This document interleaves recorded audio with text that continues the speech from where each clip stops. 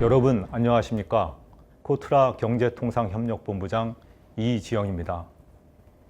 FTA 해외 활용지원센터 합동 RCEP 실무활용 안내 웨비나에 참석해 주신 모든 기업인과 관계자 여러분께 진심으로 감사드립니다. 여러분도 잘 알고 계시겠지만 RCEP은 아세안 10개국, 한국, 중국, 일본, 호주, 뉴질랜드 등 총 15개국이 참여한 세계 최대 규모의 다자 FTA로 우리나라에서는 2022년 2월 1일에 발효되었습니다. 우리나라의 RCEP 회원국 대상 수출액은 금년 4월 기준 935억 달러로 전년 동기 대비 5.2% 증가하였습니다. RCEP은 한아세안, 한중 자유무역 협정 등 기존 양자 자유무역 협정에 비해 특혜 적용 범위가 15개 회원국으로 확대되고 통일된 원산지 규정이 적용된다는 점, 원산지 인증 수출자의 원산지 증명서 자율 발급이 가능하여 기업의 협정 활용 편의를 제고한다는 점이 가장 큰 특징이라고 볼 수 있습니다. 오늘 웨비나에서는 일본, 호주, 말레이시아, 인도네시아에 소재한 코트라의 FTA 해외 활용 지원센터 전문가들이 RCEP의 활용 전략, 한아세안 FTA와 RCEP의 차이점 등을 비롯하여 다양한 실질적인 정보를 제공할 예정입니다. 특히 최근 증가하고 있는 통관 등 비관세 애로사항에 대응하고 할랄 인증과 관련된 유의사항에 대해 안내할 세션도 마련되어 있으니 이를 통해 보다 효과적으로 FTA를 활용하여 수출을 촉진할 수 있는 좋은 기회가 되길 바랍니다. 코트라는 중국, 인도 등 11개 국가에 16개 FTA 해외 활용 지원센터를 운영하고 있으며 진출 기업 및 해외 바이어의 FTA 활용을 지원하고 있습니다. 웨비나, 설명회 등을 통해 FTA 활용 정보를 제공하고 FTA 활용 애로 해소를 위한 헬프데스크 및 이동데스크 상담을 통해 우리 기업들의 문의에 대응하고 있으니 많은 관심을 부탁드립니다. 감사합니다.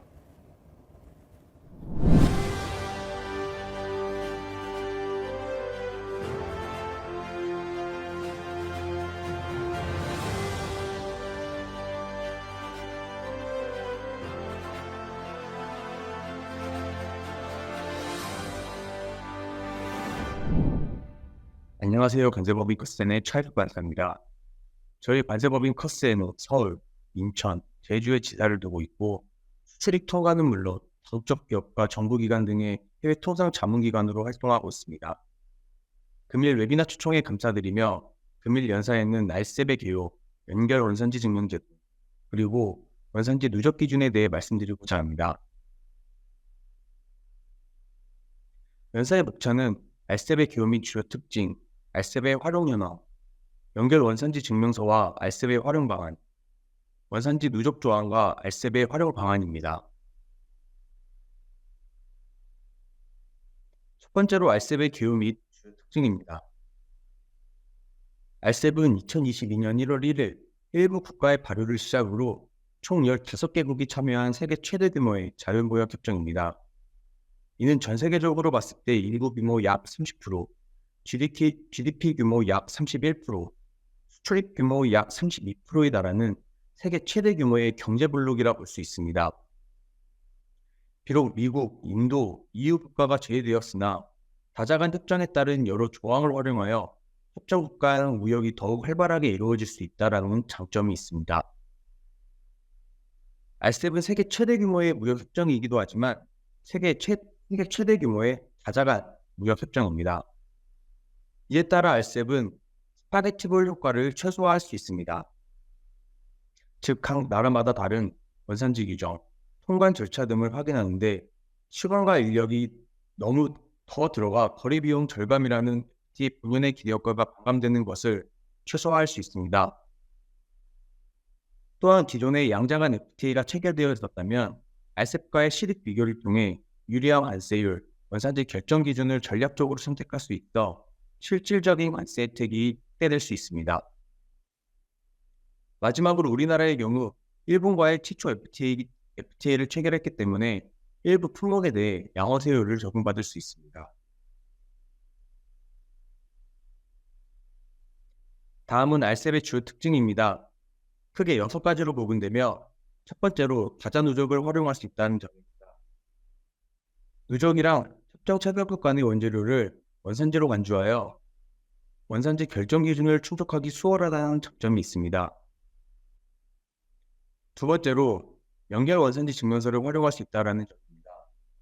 예를 들어 RCEP의 협정 체결국 간 특정 조건 하에서 원산지 물품이 하나의 체결 국가로 수입이 되었다가 원상태로 제3의 특정 체결 국가로 수입되더라도 최초 원산지 증명서를 토대로 연결 원산지 증명서를 발행할 수 있습니다.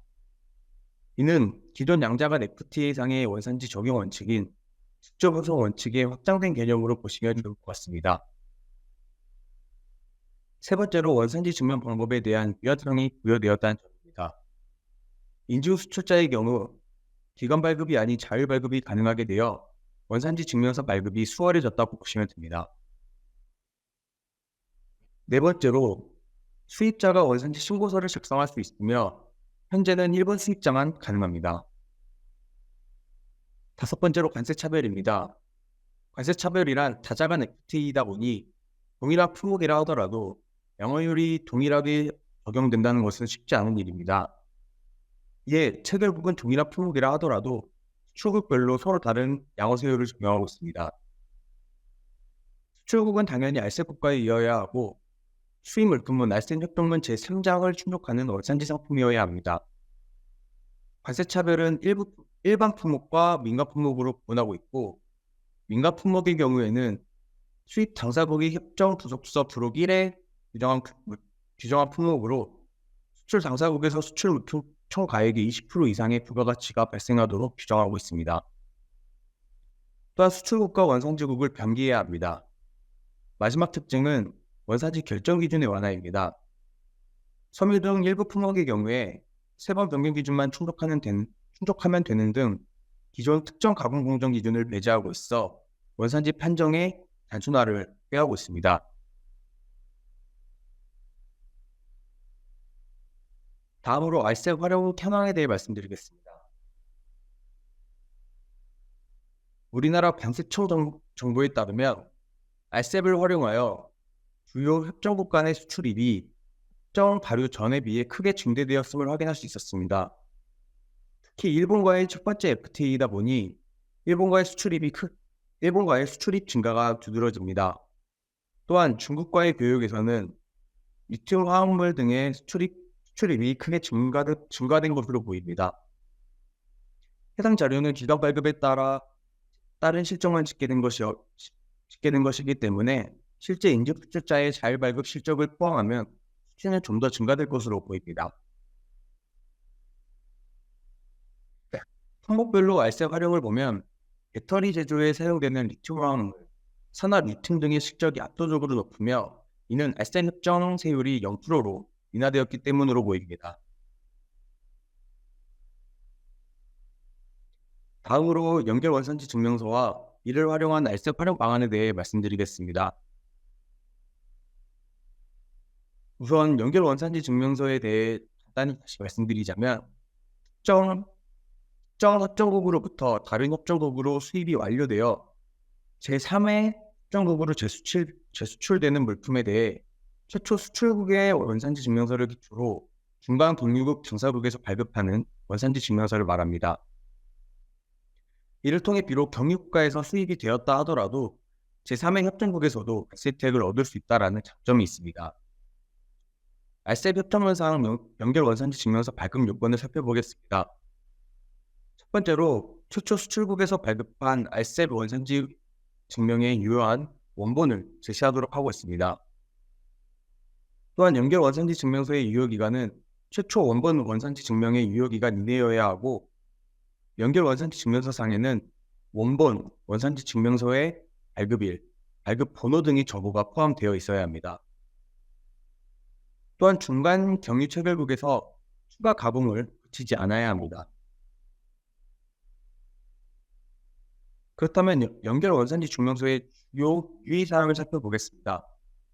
첫째, 발급 기한을 준수해야 한다는 점입니다. 앞서 말씀드렸다시피 연결 원산지 증명서는 원본의 발급일로부터 1년 이내에 발급이 가능합니다. 둘째, 중간 동의국에서 수입 통관이 될 수도 있고 수입 시 협정화 관세의 적용 여부는 연결 원산지 증명서 발급엔 고려되지 않습니다. 셋째, 중간 동의국에서 양수도도 될 수 있습니다.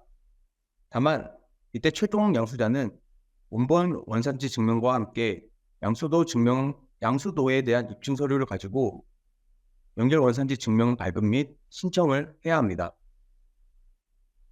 마지막으로 관세 차별 적용 시 대상 물품이 최종 수입국에서 RCEP 협정문 제2조 2.6조에 따른 관세 차별이 적용된다면 연결 원산지 증명을 발급 또는 신청하는 자가 RCEP 원산지 국가를 입증할 필요가 있습니다. 다음으로 연결 원산지 증명의 활용 방안에 대해 말씀드리겠습니다. 크게 물류, 중개무역, 재고관리 측면에서 활용이 가능합니다. 물류적인 측면에서 보자면 수출 물품을 중간 병류국 물류센터에 보관한 상태에서 제3의 협정 체결국으로 납품을 요청받고 주문 수량만큼만 직보장하여 수출할 수 있습니다. 예를 들자면 아세안 국가로 수출을 빼앗는 경우에 싱가포르의 물류 거점을 두어 지리적 이점 및 조세 감면 혜택을 얻으며 협정 관세를 적용할 수 있습니다. 중개무역 측면에서 보자면 중개무역 시 중개국에서 연결 원산지 증명서를 발행하여 최종 수입국에서 협정 적용이 가능합니다. 재고관리 측면에서도 협정 체결국에서의 협정 체결국에서 수입 통관하여 판매되지 않는 물품에 대해 제3의 협정 체결국으로 원산지 증명서를 발행하여 재고관리에 유연성을 둘 수 있습니다. 마지막으로 원산지 누적 조항과 이를 통한 RCEP 활용 방안에 대해 말씀드리고 마치도록 하겠습니다. FTA에서 누적이란 상품의 원산지 판정에 있어 FTA 체결국 간의 생산 및 공정을 최소 생산국이 수행한 것처럼 간주하는 것을 의미합니다. 누적에는 재료의 누적과 공정 누적으로 구분되며 현재 RCEP에서는 재료의 누적만 허용이 됩니다. 재료의 누적이 무엇을 의미하는지 살펴보자면 협정 체결국을 원산지로 하는 원재료를 최종 원산지 원재료로 간주하는 것을 의미합니다. 또한 누적은 양자 간 FTA 협정에서 협정 체결국 간의 원재료를 원산지로 간주하는 양자 누적과 다자 간 협정에서 여러 협정 체결국 간의 원재료를 원산지로 간주하는 다자 누적, 그리고 협정 체결국 간의 원재료뿐만 아니라 타 협정상의 체결국의 원산지 원재료를 원산지로 간주하는 교차 누적 등의 형태를 가지고 있습니다. RCEP은 다자 누적의 형태를 지니며 다자 누적의 경우에 원재료의 조달이 원활하게 된다는 기대효과를 느낄 수 있습니다. RCEP에 참여한 15개 국가의 원재료를 모두 원산지 원재료로 인정받을 수 있기 때문에 관세 혜택을 받기 위한 원재료의 조달이 용이할 뿐만 아니라 협정 체결국 간의 교류가 증대될 수 있다는 장점이 있습니다. 또한 RCEP 내 원산지 원재료의 범위가 증가함에 따라 원산지의 결정 기준 충족에도 용이할 것으로 판단됩니다. 누적의 활용 모델 예시는 아래의 표를 보시면 조금 더 쉽게 이해하실 거라 생각이 됩니다. 그럼 오늘 발표를 마치겠습니다. 감사합니다.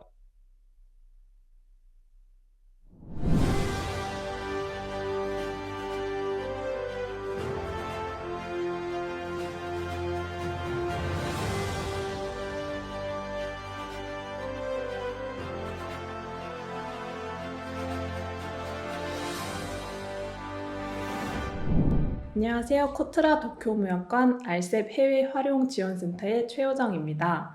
저희 도쿄센터는 일본에 제품을 수출하는 우리 기업을 대상으로 RCEP 활용에 필요한 정보 제공 및 상담을 지원하고 있습니다. 일본을 기준으로 2022년 1월에 한국과 일본이 참여하는 자유무역협정인 RCEP이 발효되었습니다. RCEP은 한국과 일본 사이의 첫 자유무역협정이라는 의미를 가지고 있습니다. 오늘 저희 도쿄센터는 일본 수입 통관 시 RCEP 활용법과 통관 유의사항을 주제로 발표를 진행하고자 합니다. 먼저 일본의 FTA 체결 현황입니다. 일본은 2024년 5월 기준 총 21개 지역 및 국가와 FTA를 체결하고 있습니다. 일본에서는 전통적인 요소인 제품 및 서비스 무역의 자유화뿐만 아니라 지적재산 보호, 투자, 정보 조달, 양국 간 협력 등 보다 광범위한 내용을 포함한 경제 동반자 협정인 EPA 체결을 추진하고 있는 것이 특징입니다.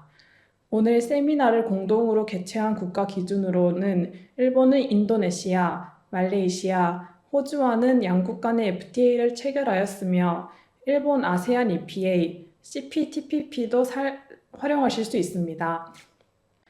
다음은 한국과 일본이 공통으로 참가하는 최초의 자유무역협정인 RCEP에 대하여 소개하겠습니다. 2022년 1월 RCEP 발효로 인하여 품목 기준으로 일본에 수입되는 한국 품목 81%의 관세가 철폐되어 일본 시장에 대한 접근성이 더욱 높아진 기회가 되었습니다. 다만 관세가 철폐되는 품목이라고 해도 모든 품목이 즉시 관세가 철폐되지는 않으며 최대 20년에 걸쳐 단계적으로 철폐될 품목도 있습니다. RCEP 관세 혜택 품목에 다수 포함되는 자동차 부품, 화학공업 제품, 섬유 제품에 대해서는 관세가 즉시 또는 단계적으로 철폐됩니다. 반면 일본 국내 시장의 보호를 위해 관세 양어 대상에서 제외된 품목도 존재합니다. 예를 들어 일본의 쌀, 밀, 소고기, 유제품 등의 중요식품은 관세 양어 대상에서 제외됩니다. 오른쪽에 보이는 관세청이 발표한 분기별 FTA 활용률을 보면 2022년 4분기에는 우리 기업의 RCEP 특혜 대상의 일본 수출 활용률은 39.1%에서 2023년 4분기에는 68.1%로 우리 기업의 RCEP 활용률은 점점 증가하고 있습니다. RCEP은 10년, 20년에 걸쳐 장기적으로 관세가 철폐되는 품목이 있는 만큼 점점 관세 혜택 대상이 증가하여 RCEP 활용으로 우리 기업 제품의 일본 시장 가격 경쟁률이 높아져 RCEP을 아직 활용하지 않는 우리 기업의 많은 활용을 권유드립니다. 또한 RCEP은 한국에서 제조하지 않았더라도 RCEP 참가국 내에서 제조한 제품을 한국에 보관 후 일본으로 수출할 때에는 연결 원산지 제도를 활용하여 관세 혜택을 적용할 수 있습니다. 연결 원산지 제도 활용법과 유의사항은 다음 파트에서 설명하도록 하겠습니다. 일본에서의 RCEP 활용법을 소개하겠습니다. 먼저 수출 제품이 RCEP 관세 양어 대상인지 확인이 필요합니다. 일본은 RCEP을 아세안, 호주, 뉴질랜드, 중국, 한국으로 관세 양어 대상을 나누었습니다. 일본 관세율은 일본 세관 홈페이지에서 확인할 수 있는데요. 정기적으로 세율을 갱신하니 최신 관세율 확인이 필요합니다. 일본은 4월을 기준으로 차년도 RCEP 세율을 적용합니다. 2024년 5월 기준으로는 4년차 RCEP 세율을 적용하고 있습니다. 예를 들어 양극재가 포함되는 HS 코드 2841.90.090 품목을 보면 WTO 세율은 3.3%, RCEP 한국 대상 양어율은 2.1%로 RCEP을 활용하면 관세가 절감됨을 알 수 있습니다.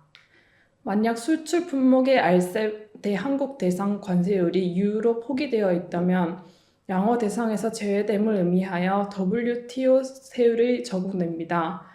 WTO 세율을 적용하기 위해서는 별도로 원산지 증명서를 제출하지 않아도 됩니다. 관세 양어 대상에 포함된다면 다음은 원산지 규정을 확인합니다. 원재료가 한국산, 제조도 한국에서 하셨다면 완전 생산으로 한국이 원산지가 되지만 원재료를 해외에서 수입하여 한국에서 제조하는 경우에는 먼저 원산지 규정을 확인해 보는 것이 중요합니다. 원산지 기준은 일본 세관의 원산지 포털에서 수출 국가 HS 코드 앞 4자리 또는 6자리로 검색하시어 확인하실 수 있습니다. 다음은 수입 신고 시의 활용 절차입니다. 일본에서는 수입 신고서를 제출할 때 원산지 증명서를 제출합니다. 원산지 증명서의 유효기간은 1년이며 R7 수출자의 자율증명 원산지 증명서도 인정하고 있습니다. 이때 과세 가격의 총 금액이 20만 엔 이하인 경우에는 원산지 증명서가 필요하지 않습니다.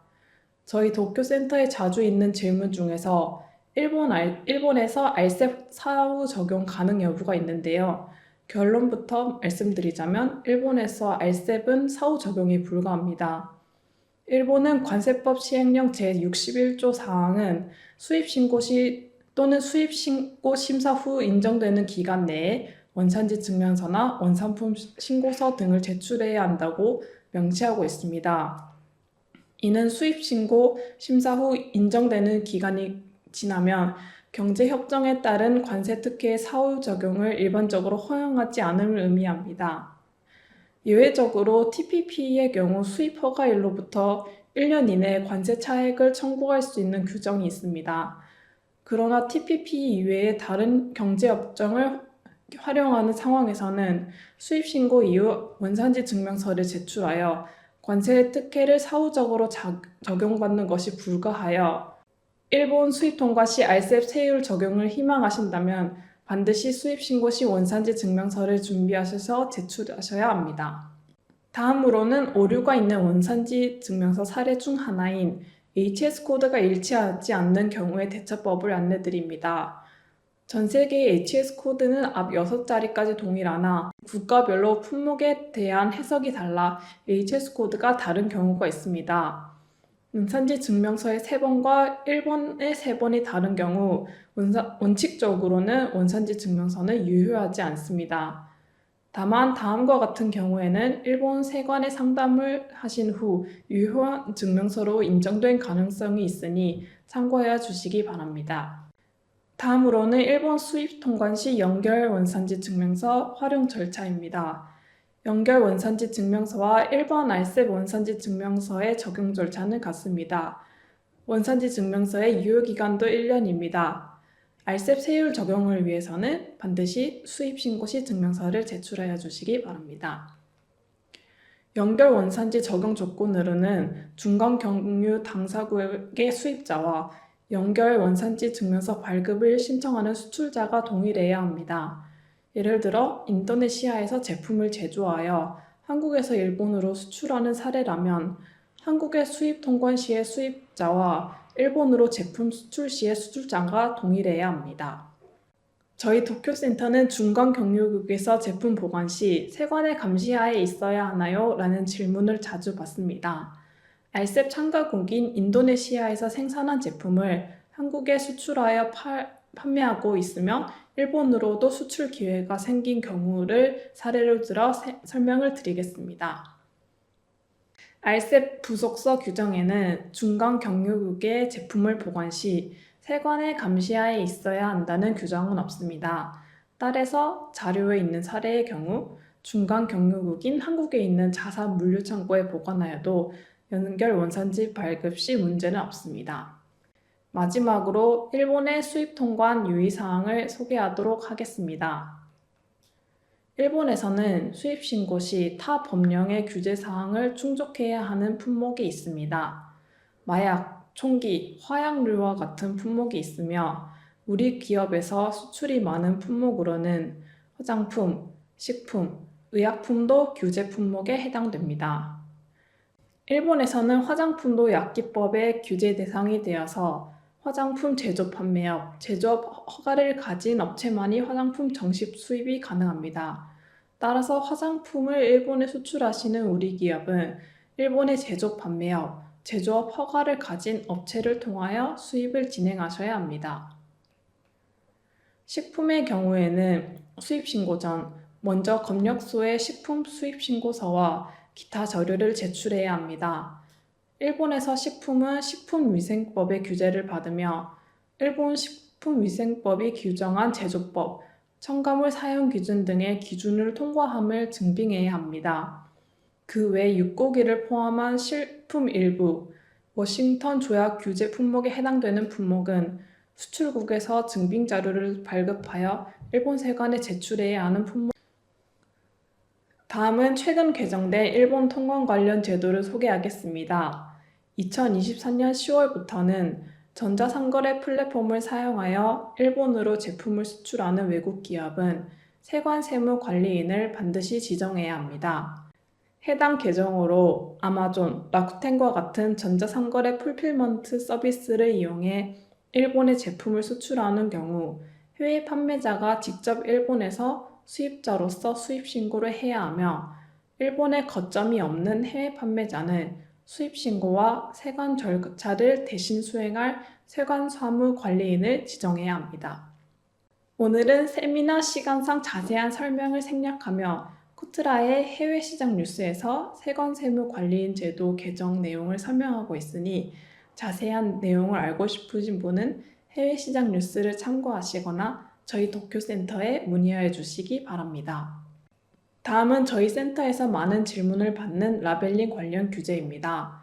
일본에서는 식품표시법에 의하여 식품 수입 시 원산지 표시가 의무화되어 있으나 그 외 상품은 통관 시 원산지 표시는 필수가 아닙니다. 다만 관세법 71조에 의하면 원산지에 대하여 직접 또는 간접적으로 거짓 표기 또는 오인할 가능성이 있는 외국 화물은 수입을 허가하지 않는다라고 규정하고 있습니다. 자료와 같이 원산지와 관련 없는 지역, 국기가 표시된 경우나 원산지를 오해할 수 있는 표기가 있는 경우에는 소비자가 원산지를 오해할 가능성이 있어 통관이 불가능한 점을 유의하여 주시기 바랍니다. 마지막으로는 라벨링 관련 유의사항입니다. 일본에서는 먼저 통관 시 라벨링이 반드시 필요하지 않으나 판매 시에는 식품, 일부 소비재, 일부 가전제품은 일본어로 라벨링 표시 의무가 있습니다. 또한 만약 제품의 원산지를 오해할 수 있는 표기가 있으면 수입 통관이 불가합니다. 대상 품목은 일본 소비자청 웹페이지에서 확인할 수 있으며 라벨링에 필요한 사항, 예시도 게재되어 있습니다. 수출 품목의 라벨링 관련하여 궁금하신 점 있으시면 저희 도쿄센터에 문의하여 주시기 바랍니다. 이상으로 도쿄 알셉 해외 활용 지원센터의 발표를 마치겠습니다. 일본 수출 시 알셉 활용, 수입 통관 관련 궁금하신 점이 있으시면 언제든 저희 도쿄센터를 찾아주세요. 감사합니다.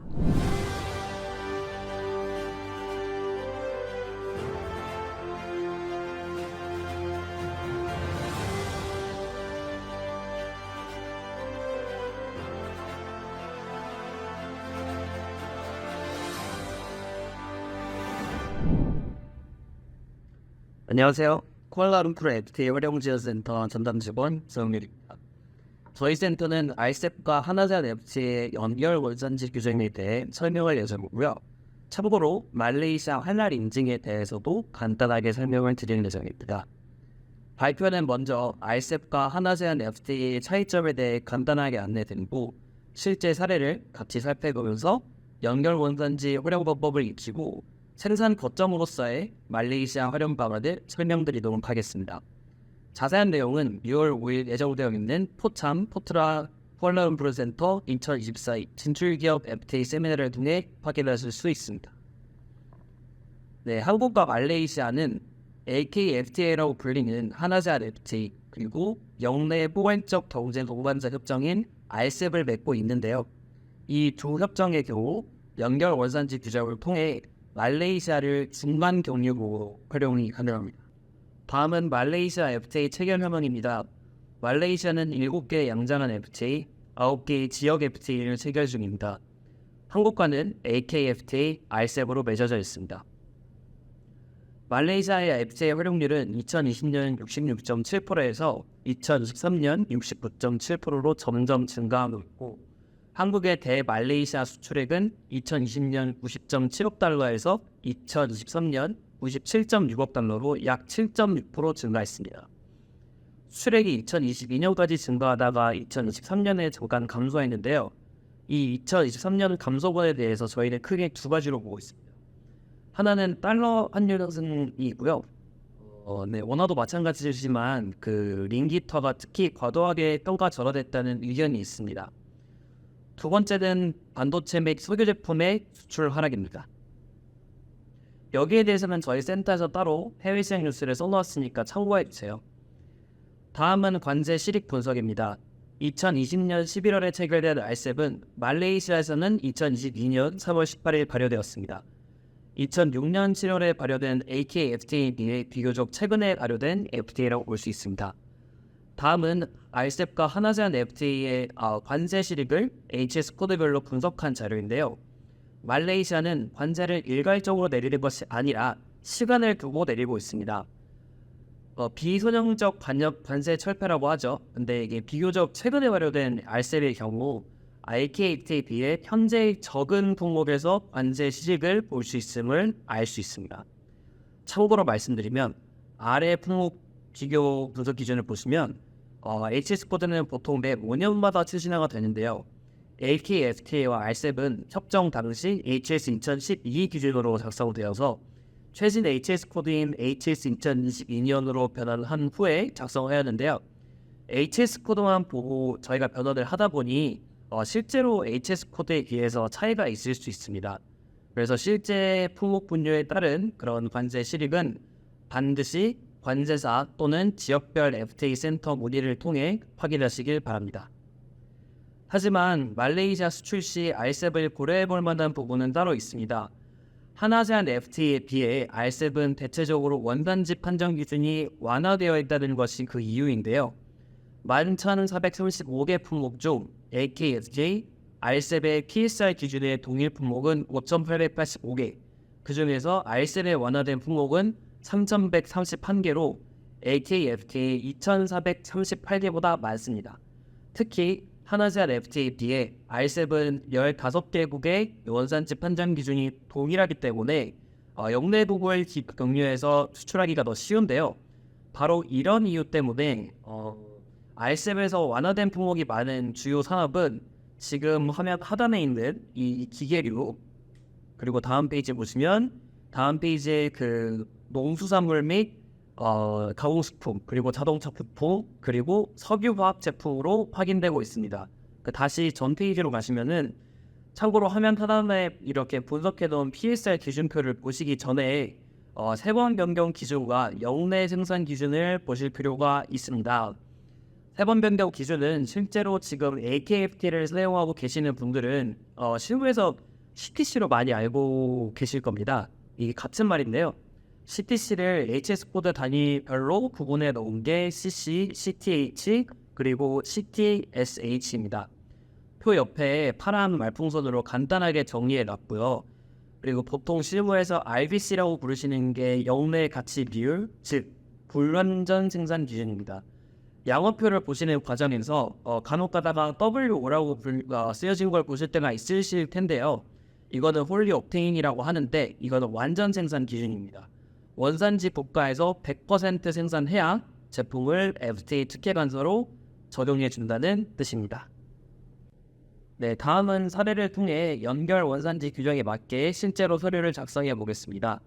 먼저 특혜 관세율부터 확인하셔야 되는데요. 말레이시아 관세청 포털인 JKDM HS 익스플로러를 구글에 검색하셔서 HS 코드를 입력하시면 기본 관세율과 특혜 관세율을 확인하실 수 있습니다.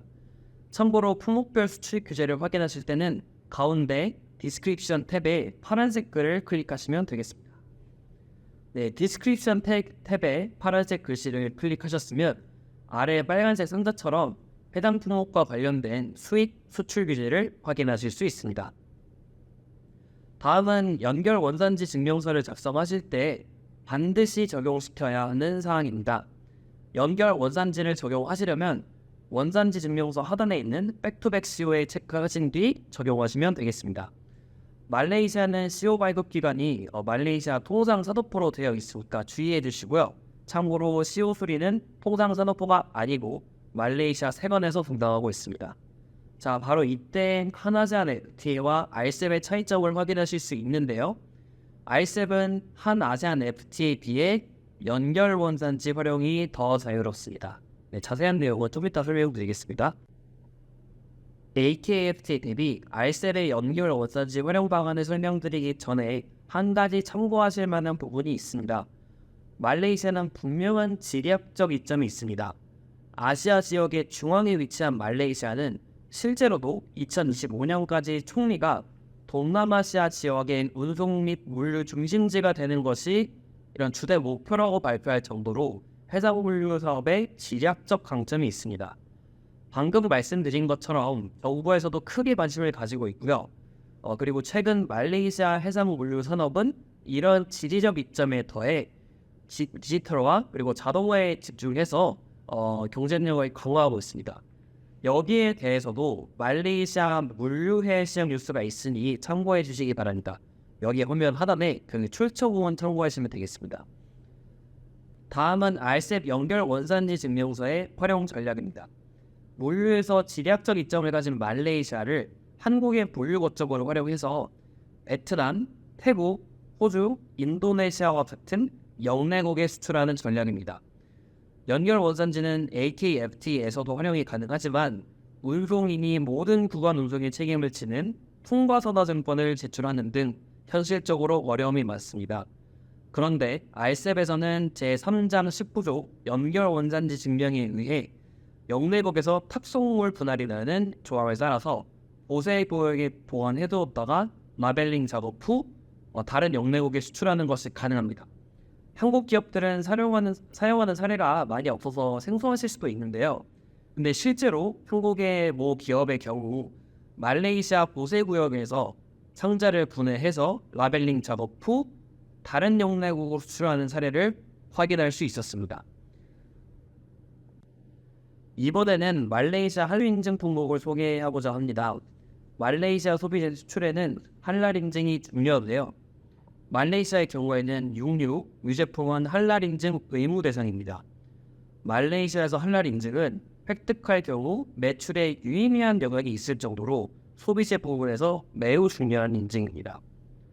말레이시아의 할랄도 시위 인정한 음식이라는 뜻으로 역시 이슬람 샤리아법을 따릅니다. 말레이시아에서는 이를 식품규정 1985년에 정확히 명시하고 있으며 앞서 말씀드린 바와 같이 육류 및 육류 제품 그리고 유제품, 달걀까지도 강제 할랄 인증 대상입니다. 할랄 관련 정부기관은 크게 세 가지로 나뉩니다. 그래서 말레이시아 표정부, 이슬람 개발부, 그다음에 마지막으로 할랄 산업 개발공사로 나뉩니다. 다음은 할랄 필수 인증 품목에 대해 설명을 드리겠습니다. 육류, 달걀, 유제품의 경우 말레이시아 수입국의 별도 허가가 필요한데요. 이 품목의 경우에는 DVS와 자킴의 별도 승인 절차가 필요합니다.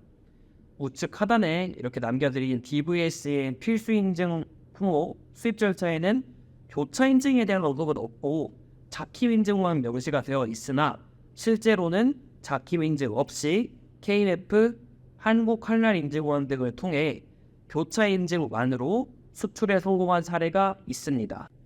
말레이시아의 경우에도 여러 나라와의 할랄 교차 인증이 가능한데요. 매년마다 말레이시아 이슬람 개발 모임 자킴에서는 할랄 교차 인증 대상을 발표합니다. 한국의 경우에는 한국 이슬람 협회인 KUF와 한국 할랄 인증원이 교차 인증 대상입니다. 즉 2024년 기준으로 해당 2개 기관에서 할랄 인증을 받으시면 말레이시아 자킴과 같은 할랄 인증으로 인정을 해주고 있습니다. 그래서 다만 그 교차 인증을 받았다고 해서 앞서 보여드린 자킴 마크를 달 수는 없으니 참고해 주시기 바랍니다. 지금까지 인도네시아 같지만 다른 말레이시아의 할랄 인증에 대해서 알아보았는데요. 추가적으로 궁금하신 사항 있으시면 저희 코트라 쿠알라룸푸르 FTA 활용지원센터를 찾아주시면 되겠습니다. 네, 그리고 오늘 준비한 내용은 여기까지입니다.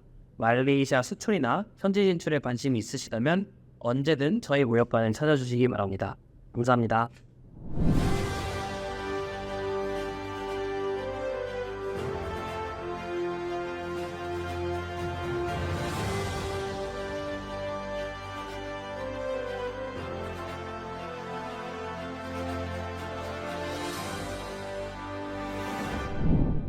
안녕하세요. 저는 코트라 자카르타 무역관 정윤재 과장입니다.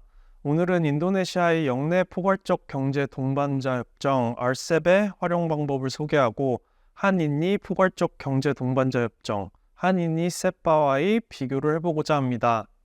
인도네시아 무역부 등 현지 자료들을 바탕으로 설명을 드리고자 하며 실제로 VOC로도 많은 문의가 들어오는 내용들이어서 오늘의 발표가 우리 기업들에게 도움이 되었으면 좋겠습니다. 오늘 발표는 4가지 주제에 대해 논의할 예정입니다. 첫째, 한국과 인도네시아의 양자 및 영내 FTA 체결 현황에 대해 살펴보겠습니다. 둘째, 이번 세션의 주요 관심사인 한인니 세파와 RCEP을 간단하게 비교해 보겠습니다. 그 다음에는 RCEP을 효과적으로 활용하는 방법에 대해 실무적으로 설명을 드리겠습니다. 마지막으로 인도네시아로 수출하실 때 유의해야 할 비관세 장벽에 대해 간략히 설명드리겠습니다. 본론으로 들어가기에 앞서 한국과 인도네시아의 교역 현황을 간략히 소개하겠습니다.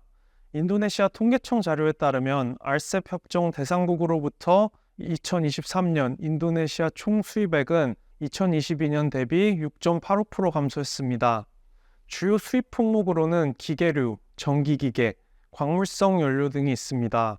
RCEP 회원국 중 비석유 및 가스 항목에서 인도네시아로 가장 많이 수출한 국가는 중국이며 한국은 4위에 위치하고 있습니다. 한편 23년 한국과 인도네시아의 무역 규모도 2022년에 비해 감소하였습니다. 한국무역협회 자료에 따르면 23년 한국의 대인리 수출액은 91억 달러로 전년 대비 11% 감소하였으며 대인리 수입액은 121억 달러로 전년 대비 23% 감소하였습니다. 한국의 대인리 주요 수출 품목은 합성수지, 휘발유, 반도체, 경유, 전기자동차 순이었고 주요 수입 품목은 유연탄, 천연가스, 동광 등 원자재 위주였습니다. 다음으로 한국과 인도네시아 간 적용되는 FTA에 대해 간략히 말씀드리겠습니다. 2024년 5월 인도네시아와 한국 간에는 3가지 지역 및 양자 간 자유무역 협정이 적용되고 있습니다. 첫째, 한아세안 자유무역 협정입니다. 이 협정은 2006년에 체결되어 2007년에 발효되었습니다. 아세안 10개국과 한국 간의 상품 특혜 무역 협정을 규정하고 있습니다. 한아세안 자유무역 협정을 통해 한국과 아세안 10개국 간 교역되는 상품의 약 90%가 무관세 혜택을 받을 수 있습니다. 둘째, 한국-인도네시아 포괄적 경제 동반자 협정 세파입니다. 이 협정은 2020년 12월에 서명되었고 2023년 1월 1일에 발효되었습니다. 세파는 한국 수출품의 93%, 인도네시아 수출품의 95.5%에 대한 수입 관세를 철폐함으로써 양국 간 교역 기회를 더욱 확대했습니다. 아무래도 양자 협정인지라 한아세안 자유무역 협정에 비해 적용 범위가 더 넓습니다. 마지막으로 영내 포괄적 경제 동반자 협정 RCEP입니다. RCEP은 한국과 인도네시아를 포함한 아시아 태평양 15개국 간의 자유무역 협정입니다. RCEP에 포함된 15개 회원국은 전 세계 인구의 약 30%, 전 세계 GDP의 30%를 차지하며 세계 최대 규모의 무역 블록을 형성하고 있습니다. 이 협정은 2022년에 체결되었고 2023년 1월부터 인도네시아에서 시행되었습니다. 20년 이내 회원국 간 수입 관세의 약 90%를 철폐하고 전자상거래 및 지적재산권 등 여러 측면에 대한 규칙을 수립할 것으로 예상됩니다. 이를 통해 기업들이 새로운 시장에 진출하고 지역 협력을 강화할 수 있는 기회를 제공할 것입니다. 요약하면 새 협정 모두 관세를 낮추고 시장 접근성을 높이는 것을 목표로 하지만 관세 인하 범위와 구체적인 조건은 다릅니다. RCEP은 가장 포괄적이며 많은 국가가 참여하고 세계 경제에서 더 큰 비중을 차지하는 협정입니다.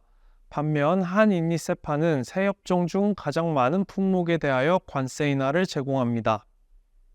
인도네시아 무역부 FTA 센터 자료에 따르면 인도네시아 기업들은 세파를 활용해서 2024년 1월부터 4월까지 HS 코드 기준으로 329개의 품목의 관세 인하 혜택을 보았으며 RCEP을 통해서는 41개의 품목이 관세 인하 혜택을 본 것으로 나타났습니다. 또한 인도네시아 통계청 자료에 따르면 2023년 세파 협정을 활용하여 각국이 상대국에 수출한 금액과 발급받은 원산지 증명서는 바로 옆에 PPT에서 확인하실 수 있습니다.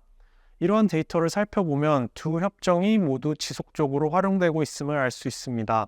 원산지 증명서 발급 및 HS 코드 품목수 측면에서는 한인니 세파가 더 높은 활용도를 보이고 있습니다만 RCEP의 활용도 또한 높아지고 있는 추세입니다. 다음 슬라이드에서는 RCEP과 세파를 비교하고 유망 품목을 설명드리겠습니다. 한국, 인도네시아 세파와 RCEP을 비교해 보고자 합니다. 먼저 관세 양호 품목의 범위를 보면 당연하지만 양자협정인 세파가 더 많은 품목들을 포함하고 있음을 알 수 있습니다. 구체적인 수치는 PPT를 확인하여 주시기 바랍니다. 둘째, 관세 철폐 품목과 관련하여 한국은 전체 HS 코드의 95.5%, 인도네시아는 전체 HS 코드의 92%에 해당하는 품목의 관세를 철폐하였습니다. 반면 RCEP의 경우 한국은 전체 HS 코드의 89.63%, 인도네시아는 전체 HS 코드의 87.98%에 해당하는 품목의 관세를 철폐하였습니다. 이렇게 세파와 RCEP을 비교해보면 세파가 RCEP보다 더 높은 철폐 수준을 보이고 있음을 확인할 수 있습니다. 셋째, 원산지 기준입니다. 한국, 인도네시아 세파에 따라 원산지 기준은 완전 생산 기준, 원산지 재료로만 생산 기준, 품목별 원산지 기준 등이 있습니다. 품목별 원산지 기준의 경우 그 안에서 세번 변경 기준, 부가가치 기준, 선택 기준 등에 의해 원산지가 결정됩니다. RCEP은 완전 생산 기준, 원산지 재료로만 생산 기준, 품목별 원산지 기준 등 유사한 원산지 기준을 채택하고 있습니다. 그리고 품목별 원산지 기준에는 역내 가치 비율 최소 40% 기준과 화학 반응과 같은 원산지 결정 기준을 포함하고 있습니다. 원산지 증명서와 관련하여 세파와 RCEP은 유사한 원칙이 적용되지만 발급 방법과 형식에는 차이가 있습니다. 한인니 세파의 경우 최초에는 지정기관에서 원산지 증명서를 발급하고 그 이후에는 수출업체의 자체 발급도 가능합니다. 반면 RCEP에서는 지정기관을 통해서 또는 수출업자가 자체적으로 원산지 증명서를 발급받을 수 있습니다. 이러한 차이점에도 불구하고 두 협정 모두 원산지 증명서의 유효기간은 1년이고 원산지 증명서 발급 면제 금액은 $200 이하로 설정되어 있습니다. 또한 두 협정은 원산지 증명서를 종이 또는 전자 형식으로 발급할 수 있게 하였습니다. 그러나 세파는 수출자가 자국 관세청이나 한국상공회의소에 원산지 증명서 관련 내용을 입력하고 승인을 받게 될 경우 자료가 전자 원산지 데이터 교환 시스템을 통해서 인도네시아로 전송이 돼서 인도네시아 태관 당국이 인니 관세 포털을 통해 원산지 증명서를 확인할 수 있습니다. 반면 RCEP은 전자 원산지 데이터 교환 시스템이 아직 없어서 수출자가 원산지 증명서 양식에 관련 내용을 기재하고 승인을 받은 이후 PDF 형식이나 종이로 수입국 세관 당국에 직접 전송을 해야 합니다. 또한 두 협정 모두 원산지 증명서를 영어로 작성할 것을 의무화하여 국제무역 거래의 명확성을 보장합니다. 다음으로 한인니 세파와 RCEP 모두 원산지 규정에서 누적 원산지를 인정합니다. 누적 원산지 기준은 특히 협정국이 다수인 RCEP에서 활용도가 높으며 수출업자가 협정 영역 내 여러 국가에서 재료를 조달하여 자국에서 최종 상품을 생산해 RCEP 회원국에게 수출을 할 경우 우대 관세 혜택을 받을 수 있습니다. 이 규정은 지역 조달과 생산 네트워크를 장려하여 회원국 간의 경제 통합과 협력을 촉진합니다. 운송 기준의 경우 한인니 세파와 RCEP 모두 직접 운송을 원칙으로 하여 수출국에서 수입국까지 중개 장소를 거치지 않고 물품을 직접 운송해야 합니다. 직접 운송은 무역 프로세스를 간소화하고 운송 시간을 단축하며 수출업체와 수입업체의 물류 비용을 최소화합니다. 직접 운송을 촉진함으로써 두 협정은 무역 운영의 효율성과 투명성을 증진하여 한국과 인도네시아 간의 상품 이동을 보다 원활하고 신속하게 보장합니다. 인도네시아 무역부 자료에 따르면 세파를 통해 새롭게 추가된 양어 품목과 관세 철폐율 등을 고려했을 때 과일 및 채소 통조림, 코트, 유제품, 양모, 합판 등이 한국 기업들이 수출 시 유망한 품목이 될 수 있다고 설명합니다. 한인이 세파에 따라 인도네시아는 한국에 더 많은 농수산물을 수출할 수 있게 됩니다. 반면 한국은 인도네시아에 보다 유리한 조건으로 공산품 및 자동차 부품을 수출할 수 있습니다. RCEP을 활용하여 인도네시아에 수출 시 플라스틱, 펌프, 철 또는 철강 제품이 유망 품목으로 고려될 수 있습니다.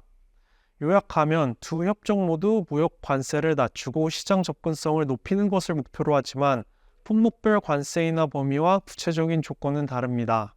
RCEP은 더 많은 국가가 참여하고 세계 경제에서 더 큰 비중을 차지하는 포괄적인 협정입니다.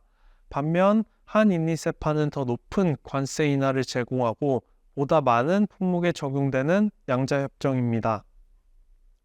다음으로는 RCEP 활용 방법에 대해 간략히 설명드리겠습니다.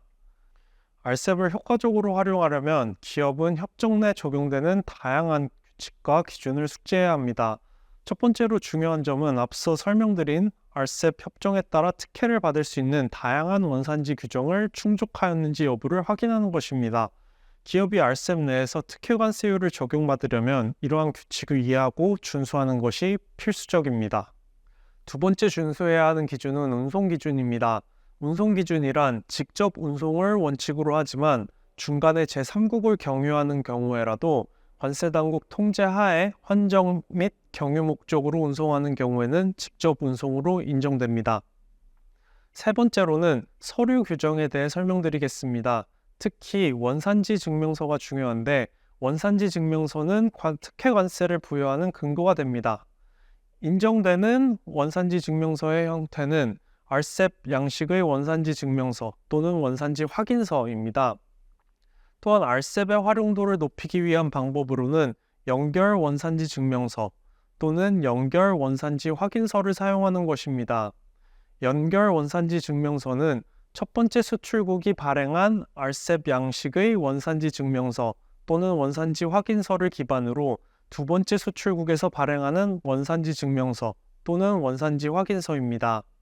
연결 원산지 증명서를 활용하고자 하시는 경우에는 RCEP 원산지 증명서 양식 14번 항목의 Rework 부분에 최초 수출 당사자가 발급한 상품 원산지 증명서의 참조 번호, 발급일, 발급 국가, 그리고 원산지 확인서의 경우 이에 더하여 인증 수출자의 인증 코드를 기입하셔야 합니다.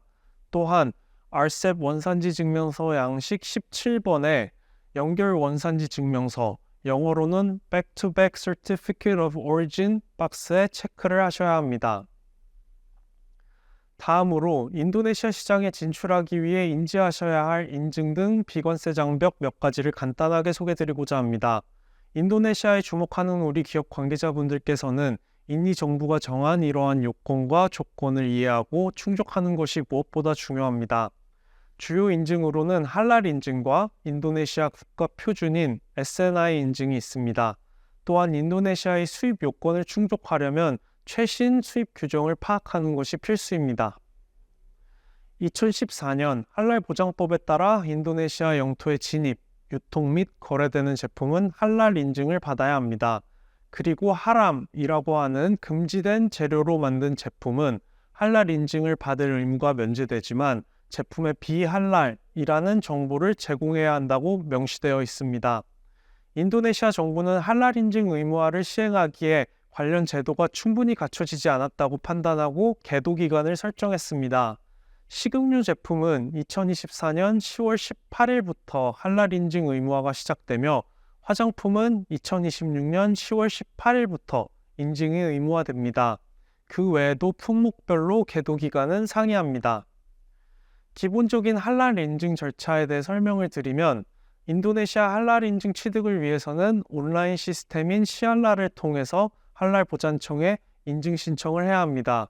그 이후에는 절차도에서 보시다시피 심사를 거쳐 이슬람 평의회의 검토를 거쳐 확정이 됩니다. 이렇게 인정을 받은 경우 유효기간은 4년입니다. 2023년 11월 한국할랄인증원과 한국이슬람중앙회는 인도네시아 할랄 보장청과 상호 인정 협정을 체결하였습니다. 이 협정에 따라 한국의 이 두 기관 중 어느 한 곳에서 할랄 인증을 받은 제품은 인도네시아에서 별도의 할랄 인증을 받을 필요가 없어집니다. 다만 한국에서 인증을 받은 경우 그 유효 기간은 1년임을 유의할 필요가 있습니다. 2018년 정부 규정에 따라 SNI 인증은 국가표준화청에서 정한 표준으로 인도네시아 영토 내에서 적용됩니다. SNI는 다양한 제품에 대해 의무적으로 적용되지만 일부 제품은 필수가 아닙니다. SNI 인증 의무 대상인지 확인을 위해서는 PPT에 있는 사이트에 들어가셔서 HS 코드를 입력해서 확인하실 수 있습니다. 일반적으로 SNI 승인을 위해서는 공장 감사와 실험실 테스트를 거쳐야 합니다. 또한 SNI 인증이 의무인 품목이 인도네시아에서 유통되기 위해서는 상품에 SNI 인증 마크가 부착되어야 하며 SNI 인증이 의무인 서비스인 경우에는 국가표준 인증서를 구비해야 합니다. 이 의무를 위반할 경우 사업자는 상품 또는 서비스의 거래를 중단해야 하고 상품의 경우 유통 중인 상품을 회수해야 합니다. 다음으로 인도네시아 정부는 자국 산업 보호를 위해 수입 규제를 강화하였습니다. 2023년 12월 11일 무역부 규정 제36호를 발표하였고 이는 현재 2024년 무역부 규정 제7호로 개정되었습니다. 해당 규정에 따라 이전에는 수입 규제가 없던 완제품들에도 수입 쿼터격인 사전 수입 승인을 받아야 합니다.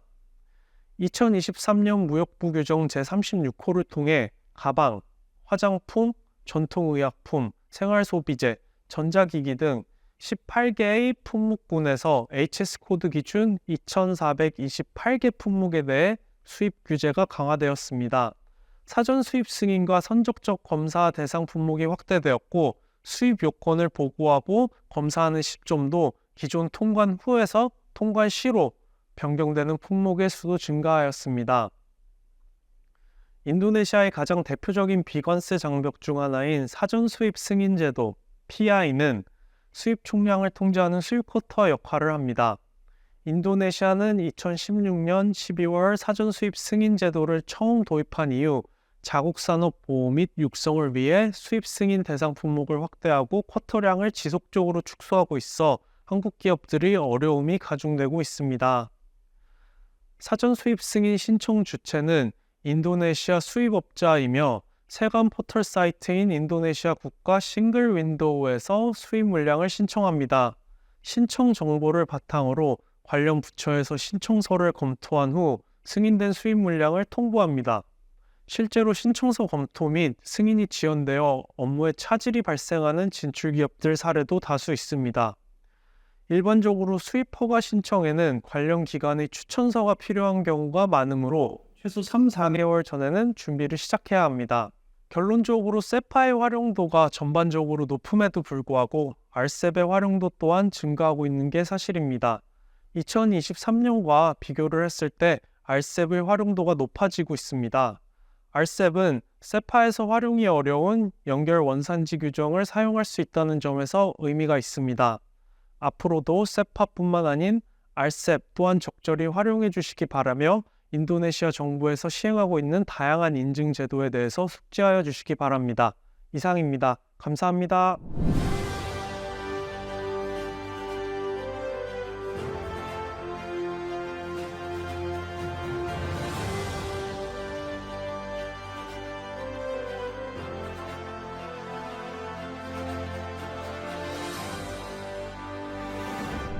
안녕하십니까. 시드니 FTA 센터 안마리아입니다.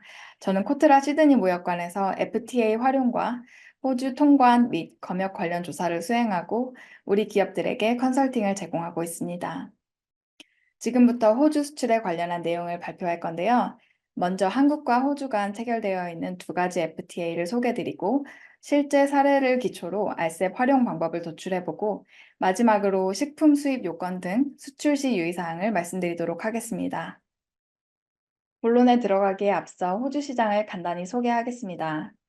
호주는 아시아 태평양 지역 국가들과의 교역량이 큰 비중을 차지하고요. 그 중에서도 우리나라는 호주에게 3위 수출국이며 3위 수입국입니다. GDP 기여도 순서로 보면 자원부국으로서 광업이 굉장히 발달한 한편 제조업이 상대적으로 취약한 것을 보실 수 있는데요. 인건비와 제조업 재반 비용이 높아 상대적으로 생산 원가 경쟁력이 떨어지기 때문입니다. 제조업 강국인 우리나라에게는 호주가 훌륭한 교역 파트너라 할 수 있겠습니다. 또 호주는 커다란 하나의 섬이자 대륙을 이루는 국가입니다. 해외로부터 유입되는 해충이나 바이러스, 새로운 종으로 인해 발생할 수 있는 생태계의 변화에 굉장히 민감하게 반응하고 있고요. 호주 정부는 엄격하게 관리하고 있습니다.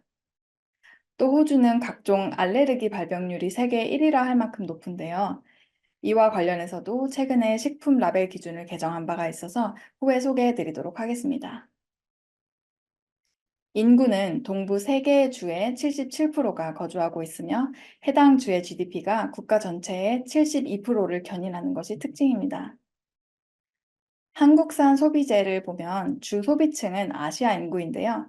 해당 시장 규모는 약 150만 정도로 예측됩니다. 이상 간략하게 호주 소개를 드려봤는데요. 여기서 다른 내용들을 염두하시면서 발표를 들어주시면 감사하겠습니다. 한국에서 호주로 수출하실 때 활용 가능한 FTA는 두 가지로 한호 FTA와 영내 포괄적 경제 동반자 협정, 즉 RCEP입니다. 한호 FTA는 지금부터 카프타라고 부르도록 하겠습니다.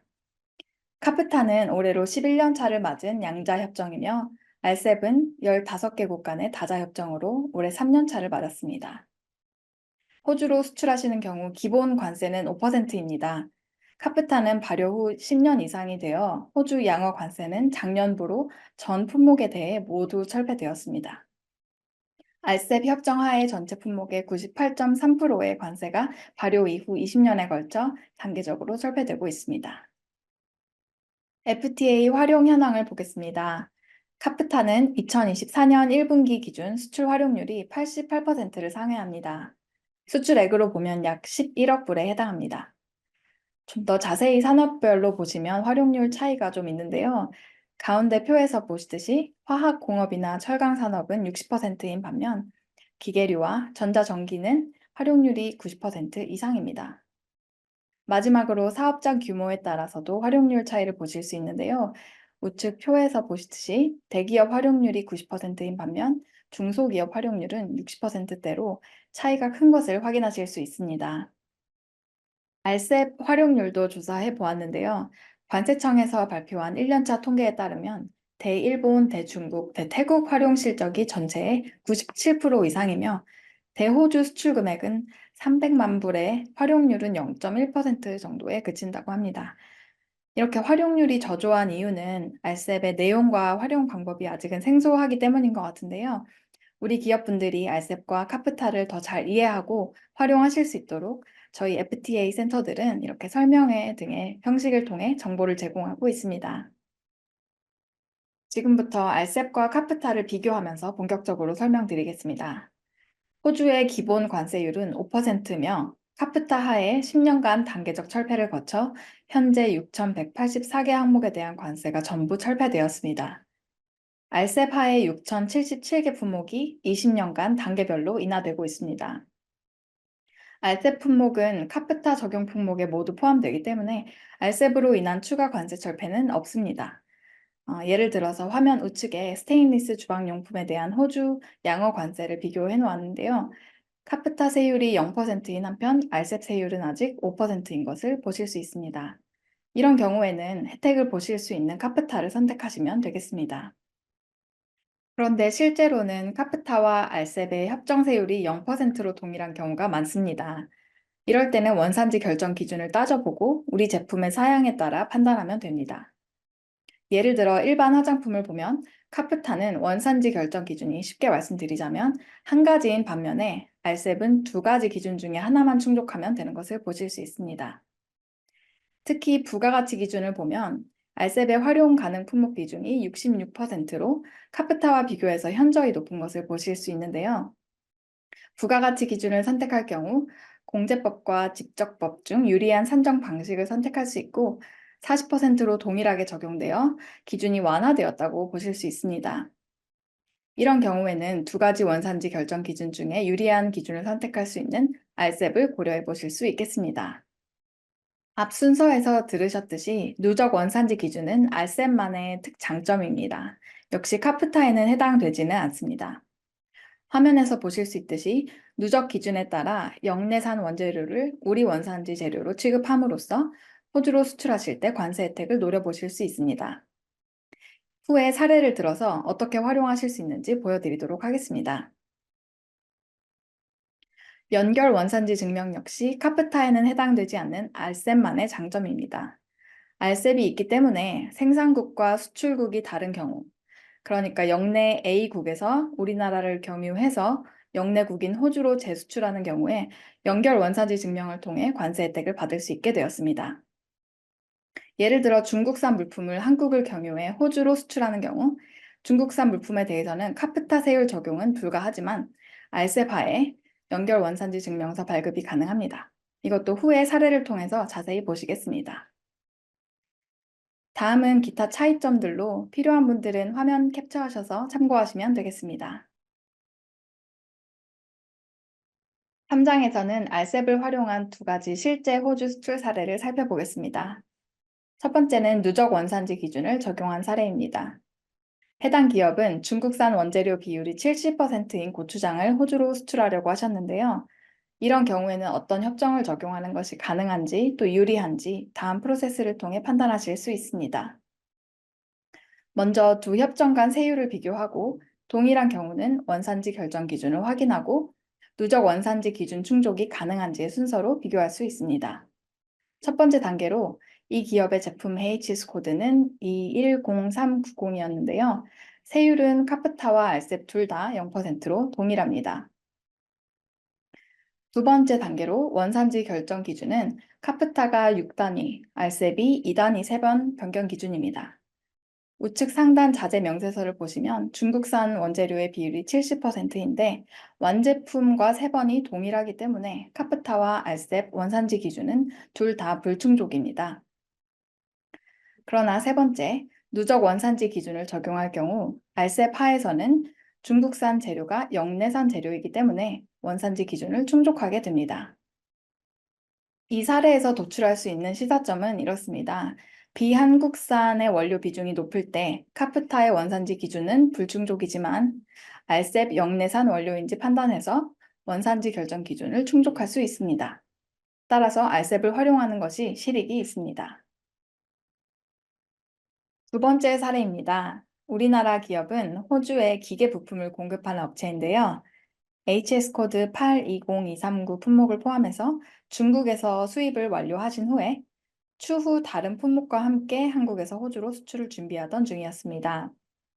그 과정에서 한국산 제품에 대해서는 카프타 세율을 적용해서 무관세로 수출이 가능하지만 수출액의 약 30%에 해당하는 중국산 품목에 대해서는 5% 관세를 내야 한다는 사실을 알게 되셨습니다. 이러던 중에 저희 시드니 센터에 방법이 없는지 도움을 요청하셨는데요. 저희는 알셉 연결 원산지 증명을 통해서 관세 인하 효과를 보실 수 있다는 점을 알려드렸습니다. 1차로 중국 제품을 수입할 때 알셉 원산지 증명서를 구비하시고 추후에 그것을 기반으로 호주 수출하실 때는 연결 원산지 증명서를 발행하심으로써 알셉 세율 적용이 가능해진 것입니다. 결과적으로 이번 주문 금액이 약 18만 미국 달러 정도였는데요. 카프타와 알셉을 병행 적용하심으로써 약 9,000불 이상의 관세 혜택을 보게 되었습니다. 이 사례의 시사점은 이렇습니다. 비한국산 제품을 수입하셨고 추가 공정 과정을 거치지 않고 재수출하실 때 이 모든 과정이 알셉 영내에서 발생한 경우라면 알셉 연결 원산지 증명을 통해 알셉 활용 실익을 보실 수 있겠습니다. 여기까지 알셉 및 카프타의 특징을 활용한 관세 인하 방법을 살펴보았습니다. 마지막 장에서는 관세 외에도 저희 FTA 센터로 자주 주시는 질문들을 모아서 안내드리겠습니다. 호주 수출을 처음 계획하신다면 당연히 어려우실 수 있는 부분인데요. 호주 양어 관세는 어떻게 확인할까요? 호주 외교부는 화면에 보시는 FTA 포털을 운영하고 있습니다. 이 포털을 통해서 관세 혜택의 여부, 협정별 세율뿐 아니라 수출 희망 품목에 대한 호주의 수입 통계 자료도 확인이 가능하시니까 꼭 참고하시기 바랍니다. 두 번째 질문입니다.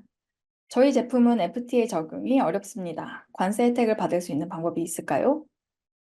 있습니다. FTA와는 별개로 호주에는 조건부 관세 인하 또는 면제 제도인 TCO가 있습니다. 서론에서 말씀드렸듯이 호주는 제조업 비중이 적어서 공산품 공급의 경우 거의 수입에 의존하고 있는데요. 자국 내 제조기업을 보호할 필요가 없는 이상 수입품에 관세를 부과하는 것은 소비자들에게 불필요한 부담을 지우는 것입니다. 그래서 호주는 FTA와는 별개로 약 15,000개 수입 제품에 관세 특혜를 적용하고 있습니다. TCO 세율은 앞서 보여드린 FTA 포털에서는 명시되어 있지 않기 때문에 별도로 ABF 웹사이트에서 확인이 필요하고요.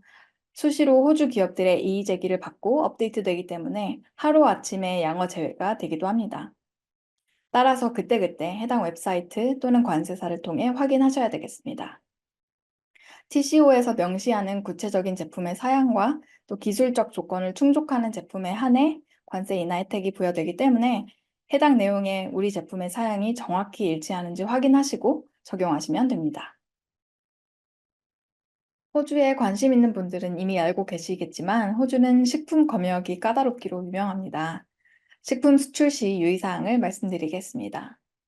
서론에서 제가 살짝 언급했듯이 호주는 섬나라라는 지형 특성상 외부에서 유입되는 해충과 바이러스에 매우 민감하고 호주로 유입되는 화물 컨테이너와 동식물을 까다롭게 규제하고 있습니다. 기본적으로는 수입 허가 없이 계란, 살아있는 동식물, 꺾꽂이, 목제품 및 기타 생물학적 재료를 금지하고 있다고 보시면 됩니다. 최근에도 K사 자동차 약 1000대를 실은 선박에서 해충 노린재가 발견되어 입항이 거부당한 적이 있는데요. 결국 중국으로 회항해서 방역 처리 후에야 호주에 하역이 허가됐습니다. 화면에 보이시는 호주 국영수사대와 호주 농림수자원부의 수입 금지 품목을 1차적으로 참고하시기를 당부드립니다. 식품의 경우 이렇게 검역에서 통과되더라도 호주의 수입식품 검사 제도를 거치게 됩니다. 수입식품 검사 제도는 식품을 위험식품, 감시식품, 일반식품으로 분류해 관리하고 있습니다. 우리나라에서는 흔히 사용하는 미역이나 굴, 고추, 영지버섯과 같은 제품은 호주에서는 위험식품으로 관리해 각 수입 조건을 충족해야만 반입이 가능한 품목입니다. 바이코는 호주 농림수자원부의 생물안전 수입 요건 시스템인데요. 2만여 개 이상의 동식물 수입 제도가 검색이 가능한 데이터베이스입니다.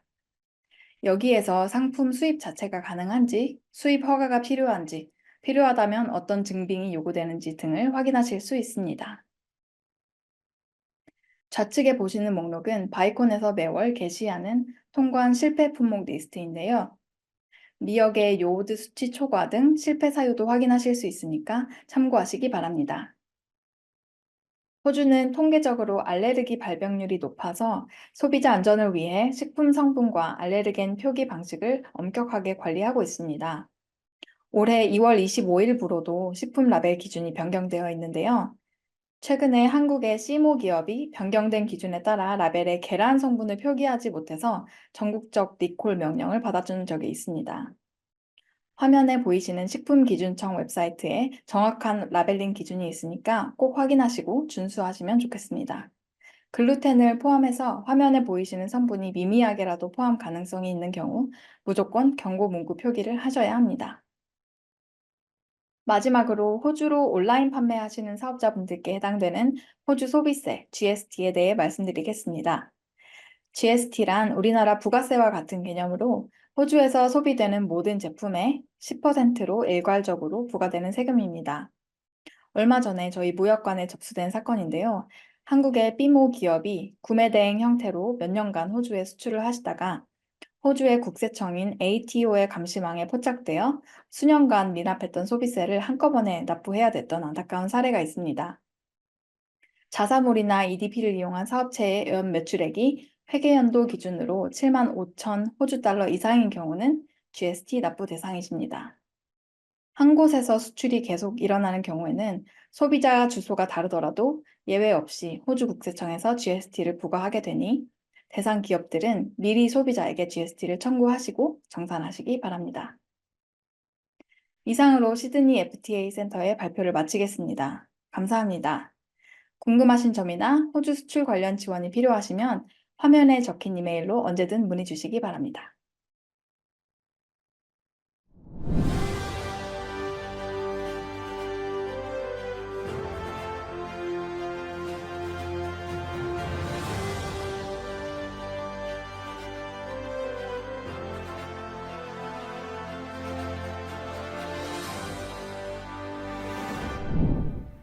여러분 안녕하십니까? 코트라 통상협력팀 김지수입니다. 오늘 RCEP 실무 활용 안내 웨비나에 참석해 주신 모든 분들께 감사드립니다. 저희 FTA 해외 활용 지원 센터는 11개 국가에 총 16개 센터가 운영되고 있는데요. FTA 활용 설명회 및 활용 가이드북을 통해서 실무 정보를 제공하고 현지 바이어 및 우리 진출 기업 대상으로 관세율, 원산지 등 FTA 활용 전반에 대한 상담도 진행하고 있습니다. 아울러 통관 인증 등 비관세 장벽 사례를 발굴하여 유관기관 및 정부기관 협력을 통해 애로사항 해소를 지원하고 있습니다.